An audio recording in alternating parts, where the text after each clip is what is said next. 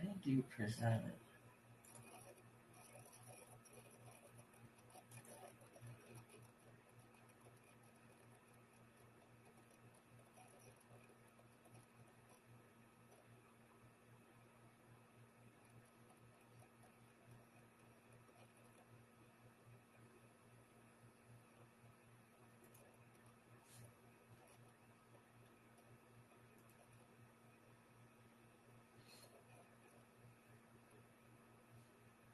There are people in here.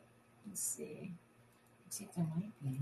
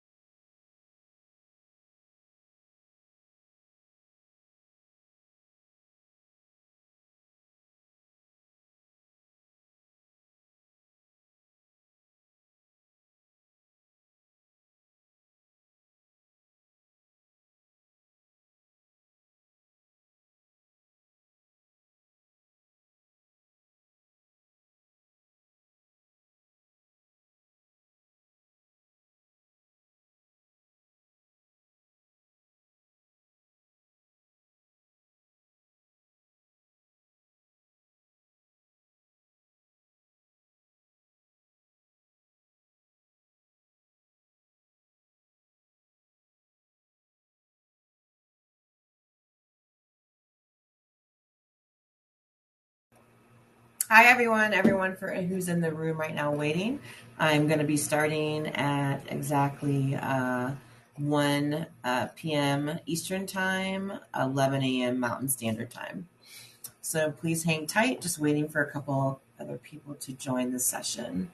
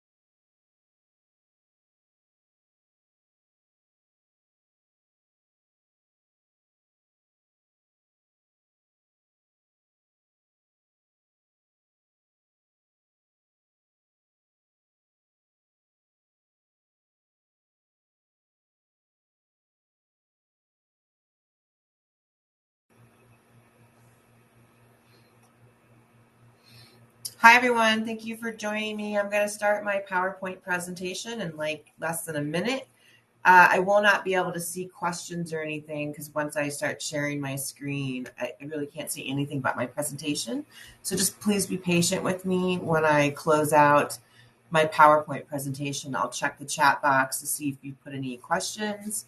Also, I'm going to be hanging out at my ICS roundtable throughout the day, in and out throughout the day between my other appointments. So if you would like to schedule a time to meet with me today, just send me a message and then I can meet with you at the roundtable. If you want to get some more FaceTime, I believe it's FaceTime like video like this right now. So anyways, I'm looking forward to sharing a bunch of stuff with you today, and I'm going to go ahead and get my PowerPoint up, and I'll talk to you guys soon.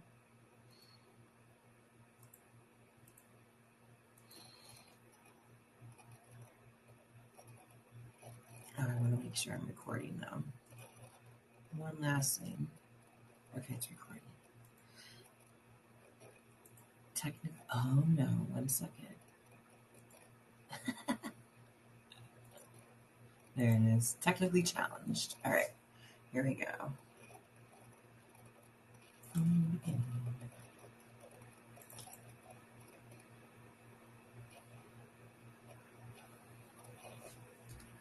Go back. All right, everyone. Thank you for joining me today. My name is Jenny Germano, and my presentation today is going to be on best practices for risk management operating under the regulatory microscope of the cannabis industry. It was a very long title, but I thought it was very true to what's going on in today's emerging market as it relates to compliance.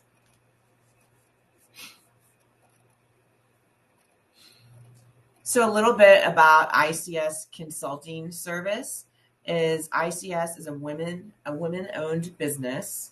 The company was founded in 2015 by myself, Jenny Germano. I'd like to go a little bit further back to my background in the early part of the industry. I began in the Colorado regulated marijuana industry in 2009. And I started off managing dispensaries on the medical side out here in Colorado. And I managed dispensaries for several years out here, and then helped convert a medical dispensary over to recreational in the adult use market in 2014. And after my experience of converting from medical to adult use and operating in a very large adult use retail facility where we were probably doing 100 customers an hour, and we had tons of people lined up outside our door for weeks. I really realized that I just saw a lot of these gaps and compliance issues that were going on, in my 6 years of operating dispensaries. And that's pretty much when ICS Consulting was born. It was really born out of all the inefficiencies that I was seeing in the industry. And so a lot of my services are to help provide solutions for the ongoing issues that still exist today in the emerging market. And it's going to continue to exist as each new state comes online. Every state is still going to experience growing pains, just like we did in Colorado or any other state that's been operating for a while.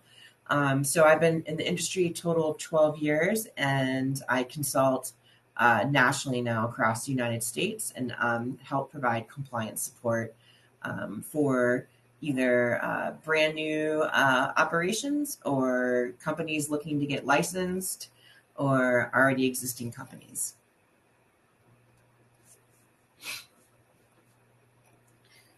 So one of the most important things I always start with sharing with people is basically, the number one best practice, and the best way to manage risk in this industry is to build a compliance program. That's basically where you should start. You're going to be spending a lot of money on your facilities, anywhere from up to $500,000 up to millions of dollars, depending on the size. And if you're a micro business, obviously you're going to be spending less. But this really applies for everyone, whether you're going to be a micro business or you're going to be a large scale company, or maybe you're going to start off small and then you want to expand into multiple licenses, and maybe you want to become a multi-state operator. This really applies to all those type of scenarios. You need to build some type of compliance program so you can have, basically I call it the buckets of compliance. And basically we could look at each of these squares as a bucket of compliance. And, what are you going to put in that bucket? How are you going to organize that bucket?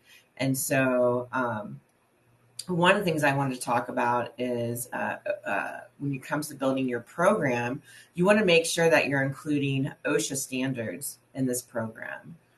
You also want to have SOPs, which is standard operating procedures.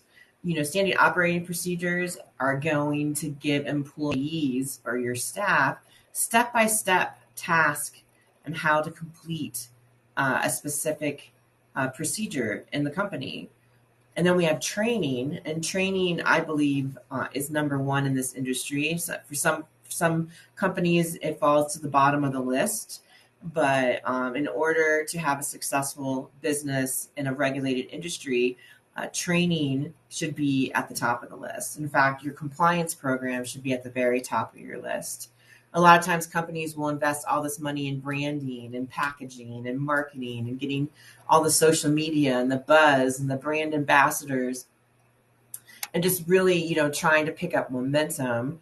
And what happens is they say, well, I'll deal with a lot of this stuff later. I'll do the employee handbook later, or I'll implement HR later. And then what happens is that company gets overwhelmed because they grow so rapidly that they can't keep up, and then and it's a lot more challenging to implement those processes when then now you're crushing it. What if you're averaging something like 100,000 a week or $1 million a month or something like that you're making in your business? How are you going to keep up? And so it's really really really important to really map this out right at the beginning. Just map it out for your business. It's going to save you a lot of headache. So also we have GMP standards. This is going to be more for like our manufacturing and cultivation facilities, just good manufacturing practices and making sure you have good systems in place. I wouldn't really necessarily put a retail store in this category, but retail stores can be in, obviously there's going to be some OSHA at a retail store, but OSHA once again is going to be more manufacturing and cultivation as well. There's really not, I think at the most with dispensaries, the repetitive motion could be maybe weighing out raw bud or doing stuff with packaging at the dispensary, and as well as standing at a POS station all day. That could be the most as far as when it comes to OSHA for in a retail. But when you have like a grow and manufacturing facility, we have all kinds of hazards that you have to make sure that employees are safe from when you're in those types of facilities. So then we have speaking of hazards, we have safety standards. That should be a really big part of your compliance program. And then we have HR compliance. Believe it or not, I think it belongs in this bucket. Like I stressed earlier, I can't tell you how, I've been doing this 12 years. And so I'm really good at anticipating what companies are going to do and what the market's going to do and how companies are going to react to the regulations or in fact being regulated.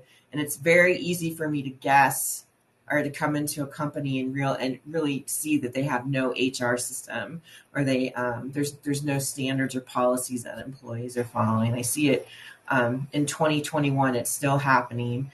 And like I said, I think people get caught off guard and they get so busy and overwhelmed that they didn't implement it right out of the gate. So we also have FDA Food Safety. If you're in places like, Michigan, they require you to have some type of ISO or FDA, food safety and the Modernization Act, making sure that people are well aware of all those policies and standards.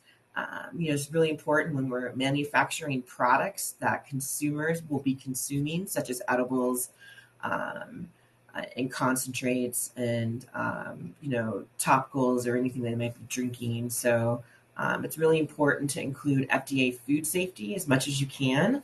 This would not be for dispensary. However, HR compliance can be for dispensaries and safety standards. I want to make sure that I'm talking about all the different licenses. So if I bounce around, I want to try to make sure I address anyone that might possibly be on this call that has any type of license type. And same if you're a transporter, you're going to have HR compliance, safety standards, probably OSHA SOPs training, not FDA food safety, but maybe how you're storing food when you're transporting, because there could be a lot of temperature control and you don't want to have any time temperature and time abuse if you're transporting perishables as a transporter. We have worker protection standards. This really is going to apply in the agriculture part of the industry. And this is like basically, spraying any kind of pesticides and making sure that you're following any kind of worker protection standards and that employees have the appropriate PPE gear that they're wearing and that they're protected. And then we have EPA waste standards. And so we have the waste standards in which you're going to be regulated by the state as it relates to marijuana. And then there could be some local ordinances that you have to follow around waste. And then depending on the regulations in your state, you might have to follow some EPA regulations as well. For example, in Missouri, they have to determine what kind of waste they're generating. Are they a small waste generator? Are they generating a large amount of waste? If it's a hazardous waste, then have to follow these EPA standards. So you really have to do your homework and be diligent in making sure that you understand how the law is written. But you're not also just checking state, but you're looking at local, because just a reminder that county and local regulations supersede state. And so there could be a different set of regulations within your municipality that will supersede what the state is telling you to do. And those are the ones that you really have to follow, along with being in compliance with state. So then we have CAPA and recall plans. Obviously, you've been in the industry a while. You've seen a lot of recalls out there. Recalls can happen for a variety of reasons, maybe an adverse event, or maybe the packaging was incorrect, or there's something that happened with the testing results, or the product, it passed testing and went to the retail store, but somehow the retail store mishandled the product, and maybe the state regulators came in and did a random selection for testing. They came to the dispensary and pulled a product off the shelf and randomly tested it, and it failed testing results, and that could be due to how the product was handled. So just remember a chain of custody with product. It goes from the grow to either testing and then to stores, or grow to testing, then to processors, and then the processors test it, and then it gets to the store. So it has all these different pit stops that product makes along the way in between all these licensed facilities. And a lot of different things can happen, and product can get contaminated very easily. So you want to have, recall plans. CAPA is for, corrective, having a plan to do a corrective action, which is really just improving your processes so we can avoid things like recalls in the future. And we have audit management. This is really, it's really important to audit your processes. The one part of this industry that I think a lot of people don't enjoy is compliance. It's really, it's kind of like going to the dentist is what I compare it to. And that's how a lot of people act towards compliance. It's like, I have to go get a root canal today, and it's really not going to be a good day. And so that's how I compare to sometimes how people feel when I show up to do an audit. And it's just really, really important. It's good to normalize it. Audits are really there to expose us to how we can improve and make the company better. And so that should be looked at as a good thing, and not that we're making all these mistakes, but how do we, how do we improve our processes and create a tighter ship? Because at the end of the day, if you're not in compliance, then you're not in business. So you're really in the business of compliance first before anything, and you're in the compliance business, and then you're in the business of cultivating, selling marijuana. We have document management as well. Document management is really important. This will get you in a lot of trouble if you're a sloppy record keeper. You need to keep records in a professional manner. So it's really important to find a platform or some type of system that you're going to use to manage documents in your business. There are a lot of different documents.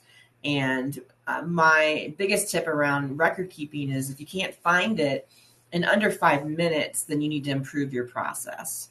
Because the last thing you want to do is be bent over at a filing cabinet with a regulator or two regulators standing behind you as you're frantically going through the physical file cabinet, wondering where your employees put these files. And so that's why I'm a big fan of platforms like Monday.com, which is more project management, but you can upload a lot of Google files, and it's really good for document management. And there's also Google Drive. There's really any kind of cloud drive, which is great for document management. But it's also good to have physical files as well. Just really keep things organized and professional. I'm telling you, the regulators will judge you on that, and they love companies who are organized. And when they show up, you can show them the items that they're looking for during their inspections, and you're not wasting their time, and you will have a very, very happy regulator.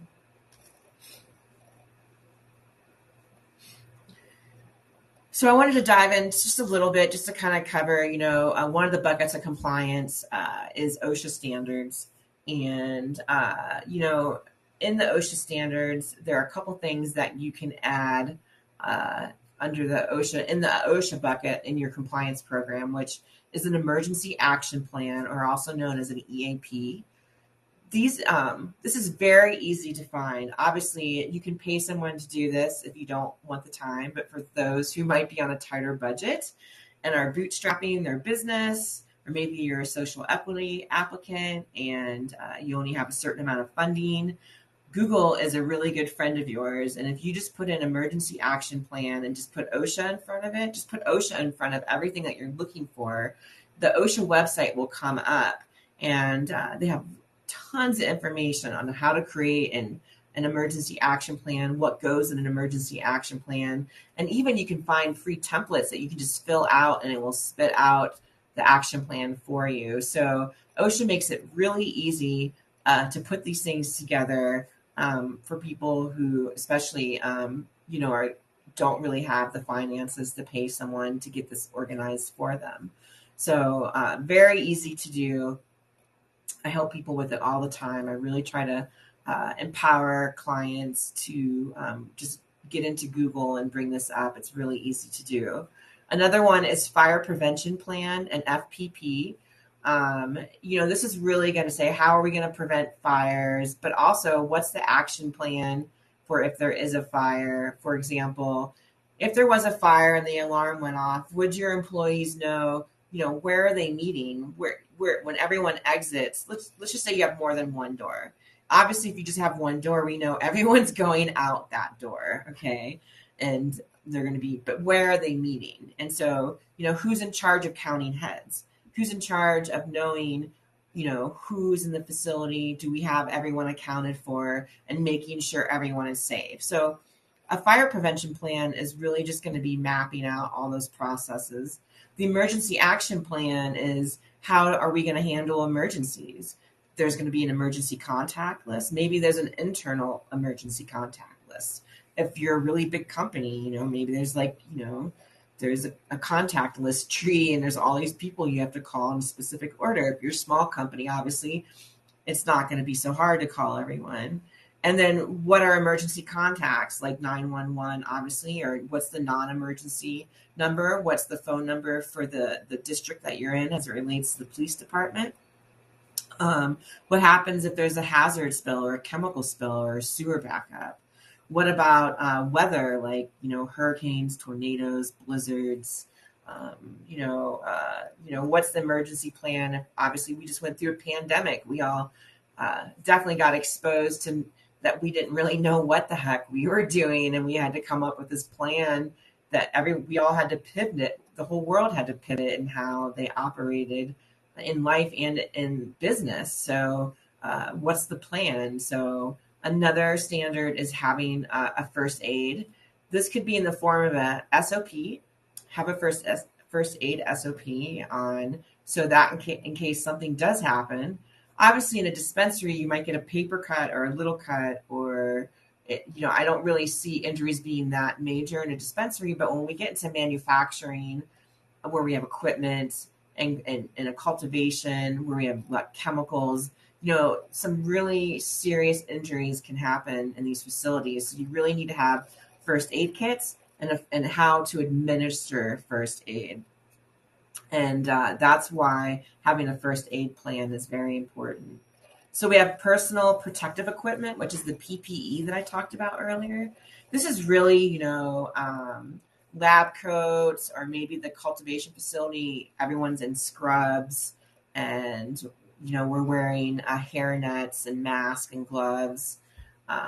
Or this also has to do with maybe you're wearing respiratory equipment and you're having to wear a special mask with a filter because you're spraying pesticides on plants. So there's different levels of protective equipment. It could be goggles. If you're working in a testing facility and you're testing a bunch of different product and you're using, you're going through all the processes, there might be a PPE uniform that the lab techs are wearing.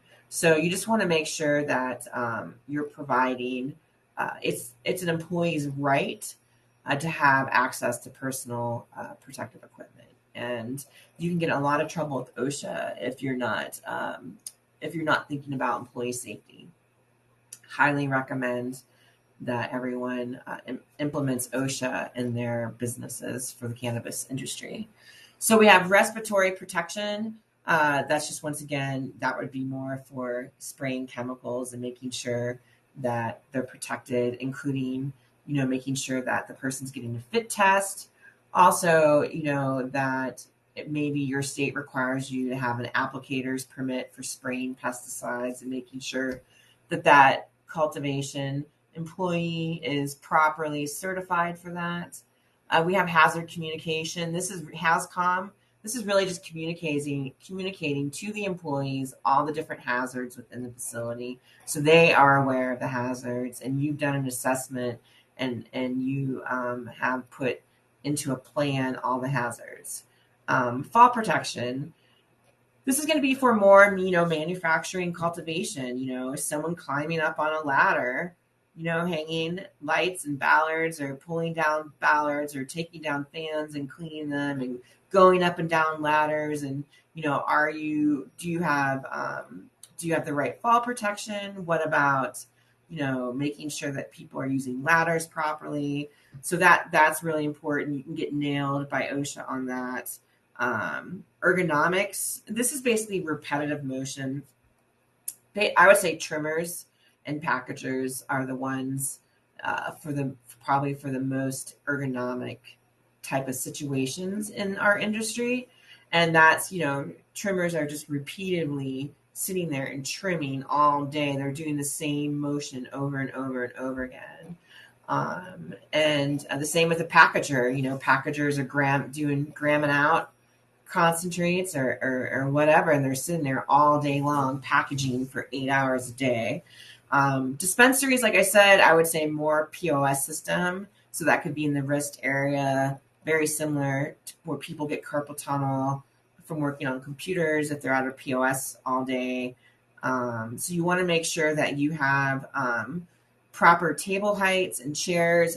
Everyone's a different size and height, and you don't want the 6'8" guy bent over the table, where for a normal 5'5" person, they don't have to bend at all. So those are the ergonomics. There's a lot of information out there. Just, you can Google ergonomics and put cannabis or marijuana behind it and see what comes up. You can also, once again, go to OSHA's the website OSHA and just put in OSHA Ergonomics, and there will be a lot of great valuable information.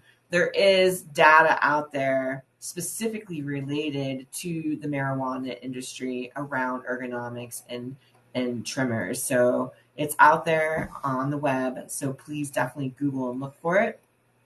Forklift safety, you would think, why would I need forklift safety? Believe it or not, these really, really big operators are using forklifts, or they're using pallet movers.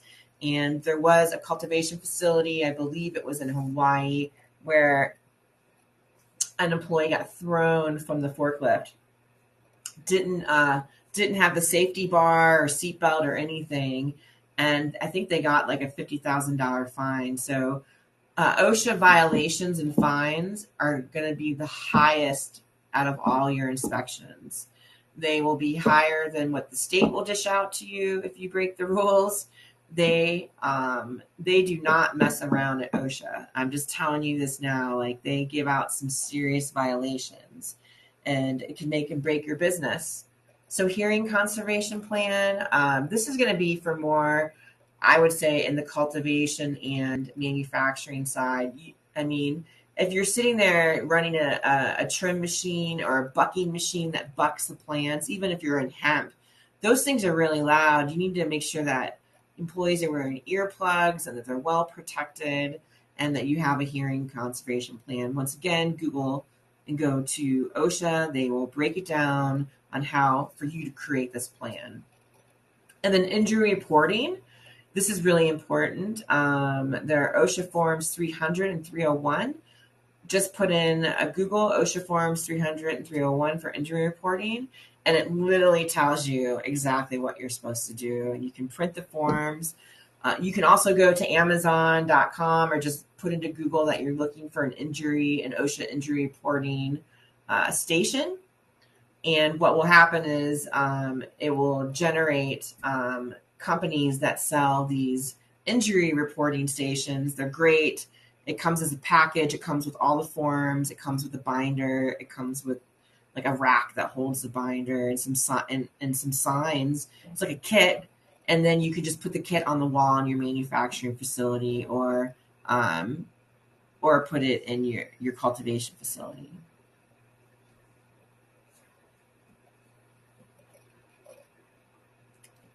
So I want to talk a little bit about SOPs. Grows, dispensary, transport, testing lab, and manufacturing. These are just examples of SOPs that you would have in your facility. SOPs on all the operational procedures relating to your license type, equipment management, recipes, safety and sanitation, emergency procedures like we talked about before, the EAP and FPP, storage, and I apologize for the noise in the background, waste, which would be non-hazardous versus hazardous waste, security, metric inventory control, patients and anything around HIPAA, GMP practices, and HACCP, pest management, and odor control and environmental controls. These are just some examples of what could potentially be under your SOPs. Employee training. So that here's a couple bullets on what could be considered under employee training. So we have an employee handbook. So you want to make sure employees are trained through the employee handbook, job descriptions and policies. And yes, these are real employees. These are some employees I trained. I decided to use their really funny picture. Employees are a lot of fun. Also, you want to make sure employees are trained on software. Here are some examples of software. We have Metric.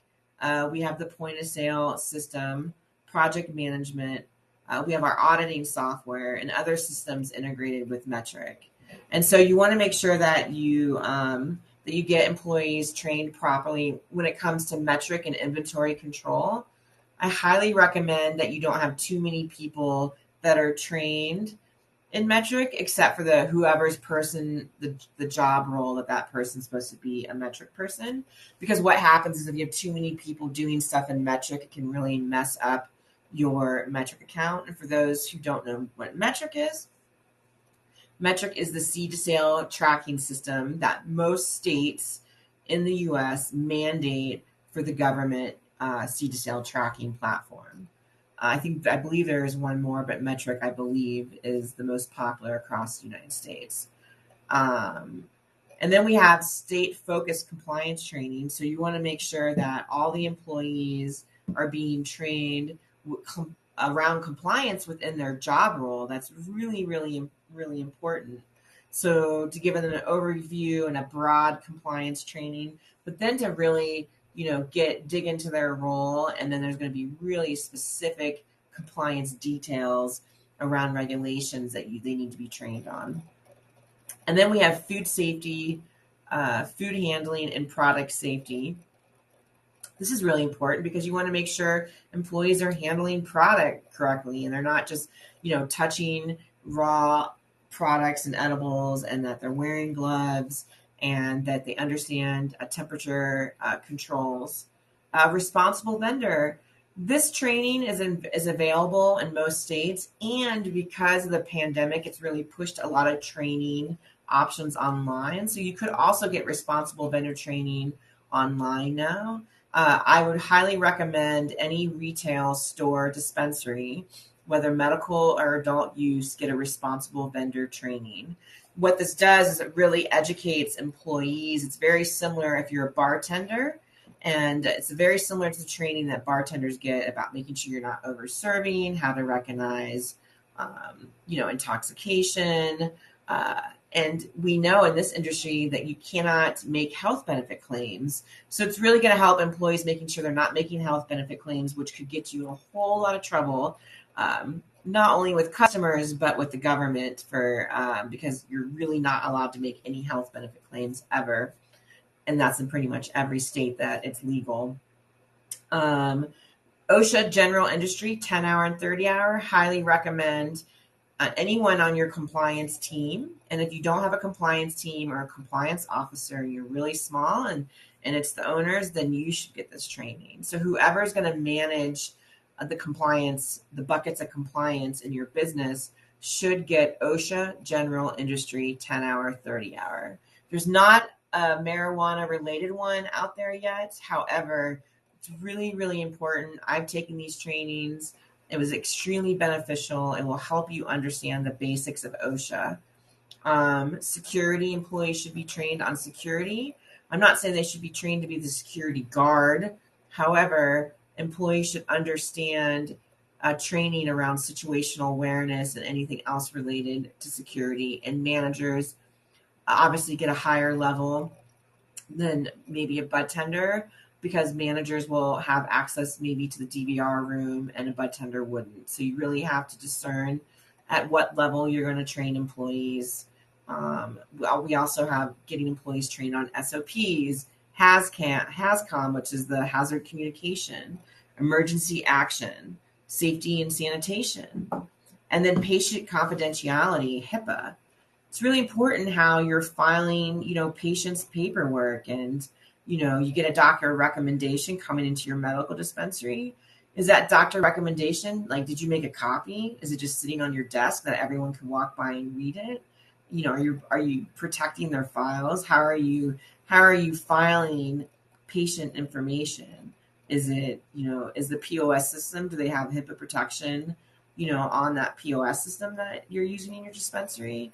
HIPAA's not really going to apply to a manufacturing or a grow. This is really comes down to the retail or the medical dispensary, when it's just the medical side around HIPAA. On the adult use side, we do not collect data. If there's no patients, we're not collecting information. It's really on the medical side only.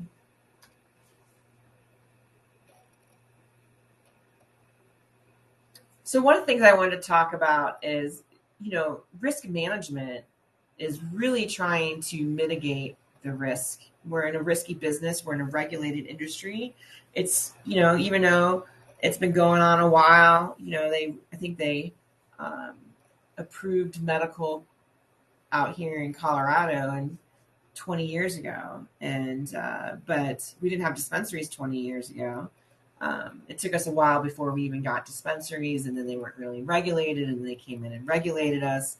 And then when adult use passed, a lot of states, whoever's listening, if you're just in a state with medical, be prepared, because when adult use comes, you'll get more regulated on the medical side. That's what happened in Colorado. They then became very regulated compared to what we were on the medical side.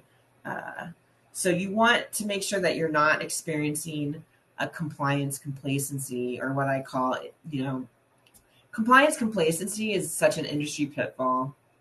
And so it's getting complacent to the regulations once you pass all the inspections. I see this all the time. People spend all this money, they get licensed, or they go through the licensing process. And sometimes that process, for those of you who did Illinois, that was like from 2019 to 2021. I mean, that's 2 years of your life just waiting to figure out, did I want a license? I spent all this money, and it can be hard going, if you're in a competitive market, it can be very challenging. Then you have somewhere like Michigan where it's not a competitive market for getting a license. However, the challenge is really not the state; it's the local municipality and getting them to want to have licenses in that county or town. So my point is, you go through all this, and a lot of people think, "Damn, that's just the toughest it's going to be." Just not true. I always say the licensing is the easy part. I think the toughest part is the day that you open your doors, because now you have to do everything that you said you were going to do, and you have to maintain it for as long as you're operating that business. So that's where people become complacent. They get lazy, or they think, I've been doing this 10 years, I know what I'm doing. But what happens is they end up putting blinders on, and they're not quite seeing everything. And they miss a lot. Becoming a victim to being regulated. I just started adding this in the last year with my speeches. I really wanted to highlight this because I'm just going to put it out there. You're coming into this industry to open this business in a highly regulated industry. At the end of the day, you have two choices. You can be a victim to the regulations and bitch and complain all the time about the regulations changing all the time, and you can't keep up, and why are they doing this to us? They're making it so hard, or that rule is stupid, or that's redundant, and people just complain.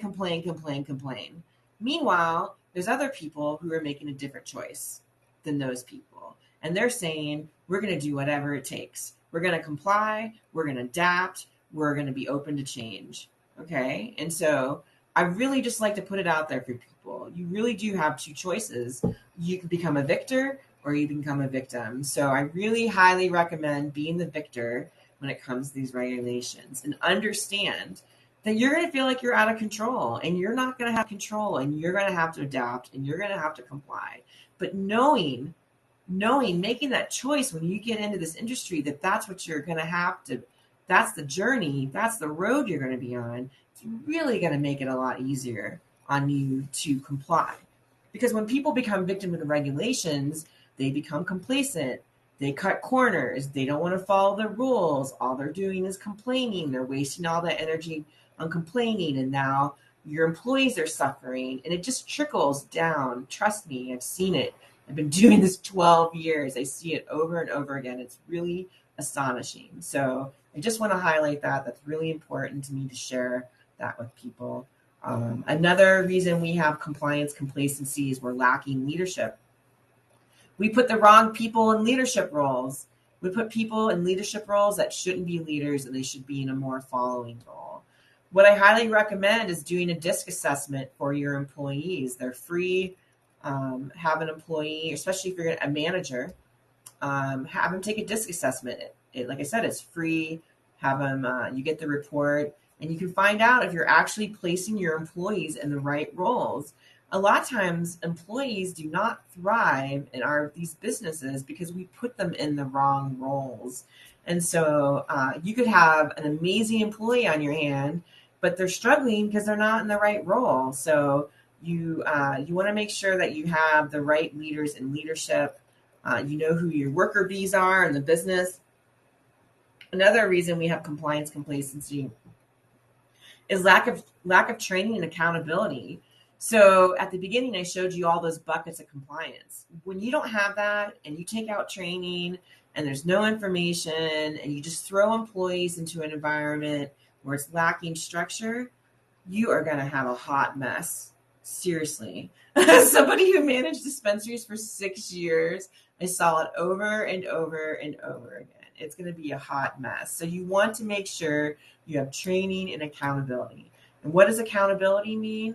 That means an employee handbook, training attestations, employees knowing their job roles and understanding this is my role, these are the things I'm supposed to do, and then having a good process to implement. If they don't follow the rules, that there's a write-up, there's a review, there's you follow these standards that are out there for when it comes to managing employees, and you'll have accountability. When you lack those things, it really is, for lack of better words, I hate to curse, but it's like a shit show. And I've had to be part of that shit show because as a manager and employee, you don't have control of that business. Your hands are tied. I hear it all the time from managers, and this is for owners to listen to this. Employees' hands can be tied because you don't want to spend the money to implement HR. You don't want to spend the money to get an employee manual right now. And it's really about saving money, and that really is going to affect everything in the business. So, and then an employee's hand is tied, and they get into a situation where they're trying to manage a really unhealthy culture because there was no structure. They didn't want to spend the money on the structure to implement it. Another reason there's compliance complacency is getting burned out in the industry and losing passion. I see this all the time. Industry pitfalls. I would consider these industry pitfalls. And then also, one of the biggest pitfalls I see is that people think they're there, that they got it, and then that's when they don't. When you think you're there, you're not. That's always my saying around that. You have to continually be engaged in compliance in order to be successful in this industry. And it really just depends, do you want to be a subpar, I'm just going to, stay invisible and hang out in the middle of the pack and hopefully they won't catch me or see that I'm doing something wrong? Or do you want to be a leader and go above and beyond and, get value out of all the money you spent to get here? So my next one is creating a culture of compliance.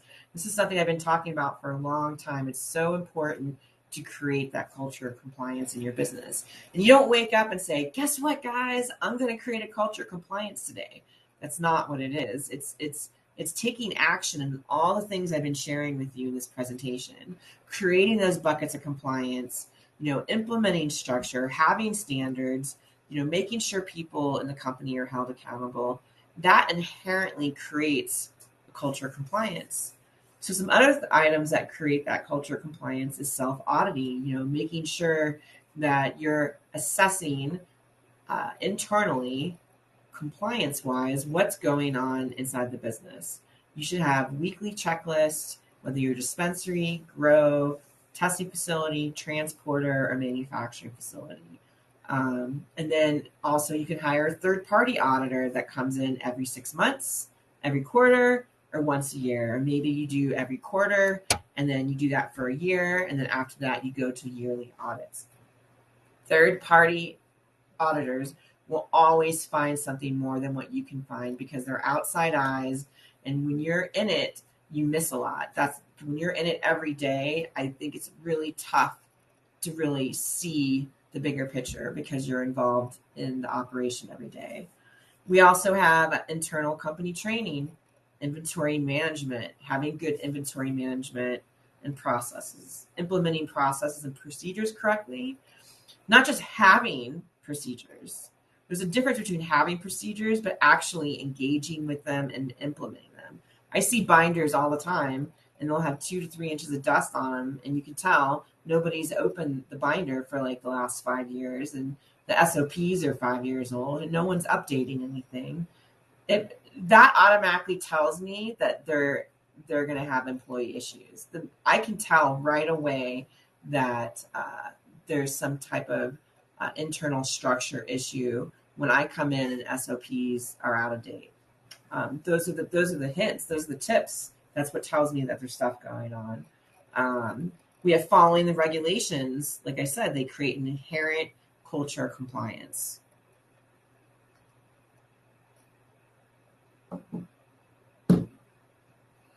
I also want to talk about compliance proactiveness. I think being proactive in this industry is really a good thing because, one, if you're proactive, then when you get a surprise inspection, you're not going to react. And as you see, my first bullet point is proactive versus reactive. I would say 89% of what I get to deal with as an auditor is reactive. And that's because people aren't proactive in this industry. And I'm not saying everyone's in that bucket. And I don't know the percentages. I can just share with my own personal experience, and the majority of people that I work with or situations or environments that I go into are reactive environments. And if that's my experience and I'm not a regulator, what do you think the regulator's experience is? And they're probably more facilities than I am. And so, and reactive doesn't, as we know, when you react, you're coming from a place of reacting, not from a place of learning and growing and saying, you're just really there to cover your ass. And that's how people act when they're reactive. They're just trying to cover up from being exposed. But proactive means we're just exposing ourselves. We know what we need to work on, and we're working on it now, or we fix that, or that's what the audits do. The audits really prepare you so you don't have to react when a regulator comes in. It really gets you in a good place, because when they come in, you know what they're going to find, or you know what they're going to see, because you know every component and every aspect of that business has been looked at on a weekly or bi-weekly basis by you through your self audits. So the difference between proactive versus reactive is, one, it creates at-ease inspections with your regulators. Two, it makes your regulators really appreciate you, and it builds a healthy relationship. They're not sitting there going, God, I got to go to so-and-so's place again. They never have anything in order, and they're always unorganized, and they're always a mess, and they always have violations, and they're always reacting and freaking out and, shaking in their boots. Like, you really don't want the regulators to look at you that way. You want them to look at like, wow, what an outstanding company. They go above and beyond. They always have everything that we ask for. They might have a couple minor things they have to fix, but they're very open-minded to when we come in, and they're not reacting to us. We also have keeping up and engaging with regulations. It can be tough, but I can tell you, I keep up with the multiple states. I work nationally. I'm keeping up with what's going on in New Jersey, Illinois, Michigan, Colorado, Washington State, any of the states that I'm in, and Missouri is, I get things sent to my email box. I sign up for all the bulletins. Like, for example, MRA in Michigan. Out of all the states I work in, I really do have to applaud Michigan. And I live in Colorado, and I love Colorado, and I do a lot of stuff out here with our work groups. But I have to say, Michigan is crushing it. I'm not going to lie. Like, the regulatory agency out there is doing a fantastic job, and I get their bulletins all the time, and they have these videos, and they're very approachable. You can send them an email, and I really just like the job that they're doing. So you just want to get signed up with that regulatory agency and have all that information come to your email box. Another way to keep up and engage with regulations is attend rulemaking sessions. And nowadays, due to COVID and the pandemic, most things have moved online. So they have in-person, and you can attend in Zoom, which helps for people who are all across that entire state, who don't want to drive 4 or 5 hours to go to an in-person meeting, you now can log on and watch it through Zoom. Those rulemaking sessions are very telling. It really is going to prepare you for what's coming down the pipeline, what could be implemented in the next year, and it really helps you keep your finger on the pulse of what's going on in the industry related to your state. Another way to be proactive is third-party audits, and interacting with regulators. My biggest point with interacting with regulators is making sure, one, like I talked about, you're not reacting, but building that professional relationship with them. You're not there to find out, oh, are you married? How many kids do you have? Where are you going for the holidays? It's really, you don't really, and I'm a friendly person. I love to talk, and I really had to learn this. I really had to learn how to shut my mouth with regulators. And if I can do it, anyone can do it. And like I said, I'm a talkative person. And so I really had to learn just to sit there, and it's yes or no, and then you wait. And you let them engage you and ask the questions, and you answer yes or no.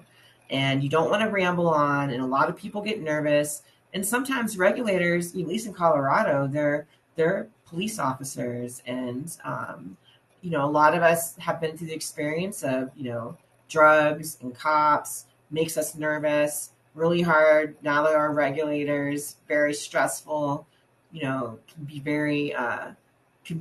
make you very nervous. And then they're standing over you, and they're not, and some of them aren't nice, and they're playing bad cop, good cop, and you really just have to keep yourself in check and just be professional. And if you don't agree with something, don't scream at them.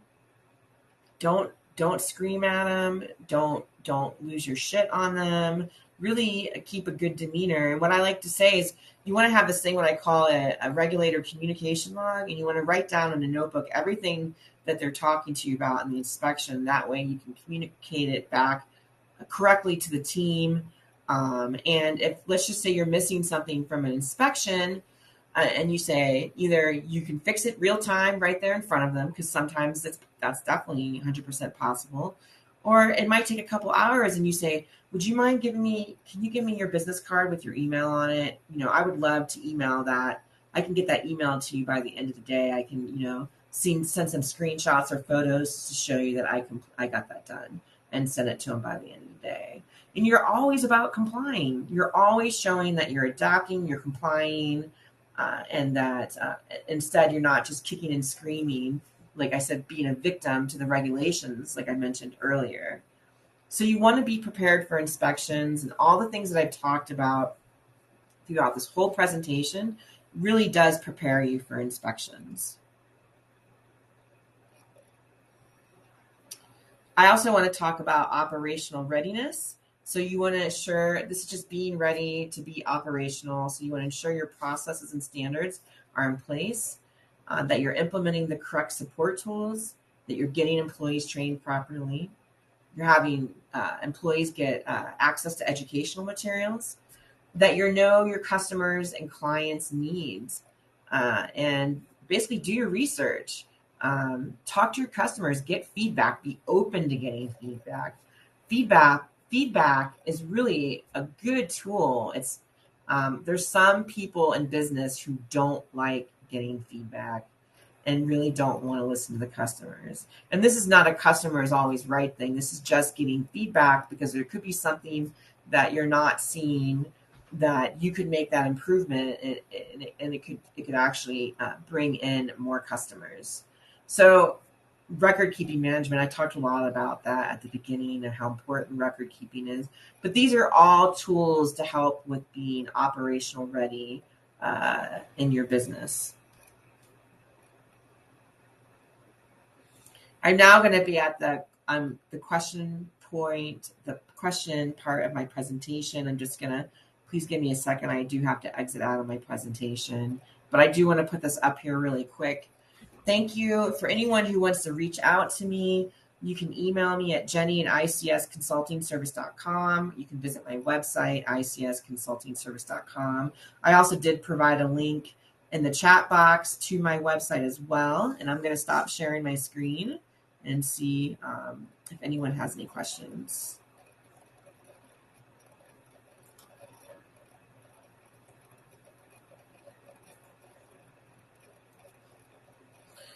Hi everyone. I just thought I would check in to see if anyone has any questions, and if you don't, or if you would like to get together at the ICS roundtable, please let me know. You can ask questions in the chat box.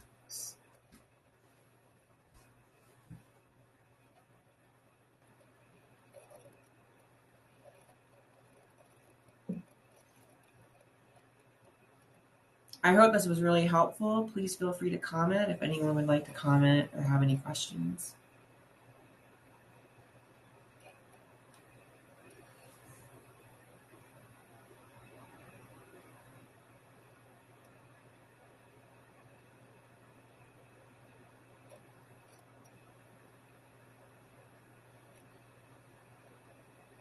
It doesn't look like we have any questions, which is totally fine.